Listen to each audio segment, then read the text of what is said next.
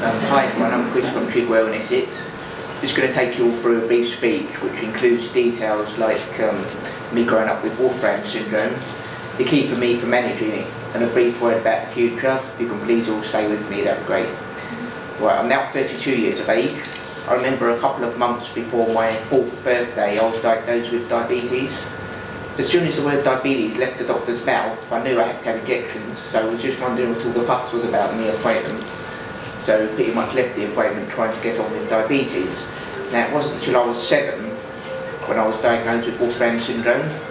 Now I clearly remember on that day I was more concerned about getting back to the park for 4 o'clock because there was a big football match going on.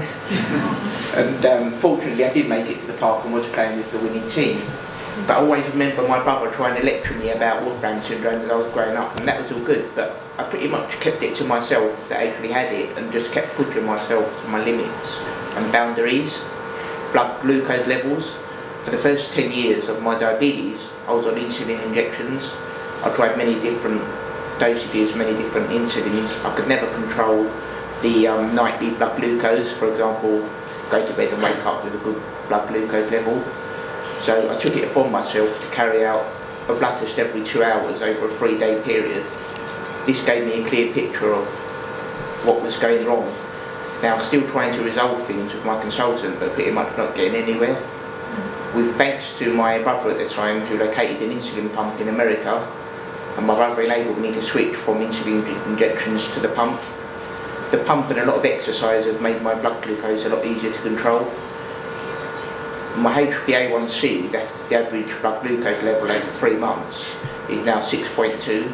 Now I can personally guarantee the only person who can benefit from having good blood sugars is a person with diabetes. For me, good sugars has not just meant I can eat whatever I like, whenever I like, have good control. It has meant I've got good energy levels, because I have an undisturbed sleep, and less occurrences of urine infections.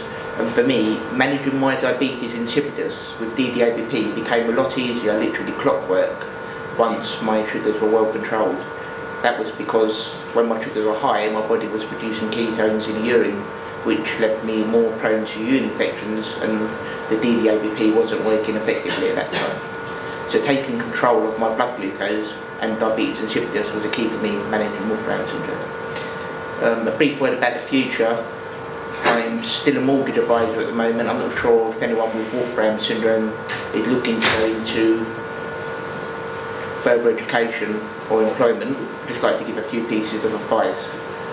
It's very important that when you've got time on your hands, that you don't dwell on the negatives, that you don't look at what's wrong with you, that you don't think about the problems and obstacles in your way.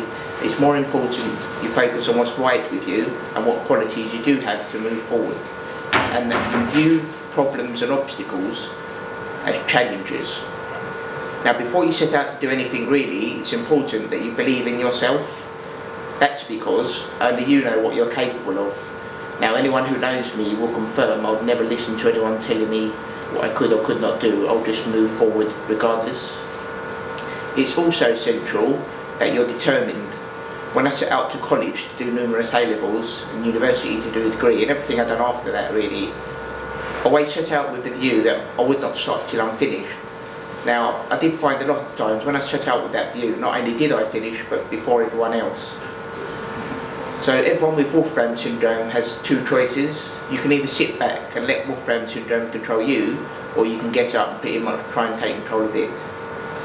Now, in closing today, I'd not only like to take this opportunity to thank you all for your attention, I'd like to thank Rachel and all the organisers of this annual event, and I'd like to redirect the applause everyone to Professor Tim Barrett for the years of hard work. Thank you.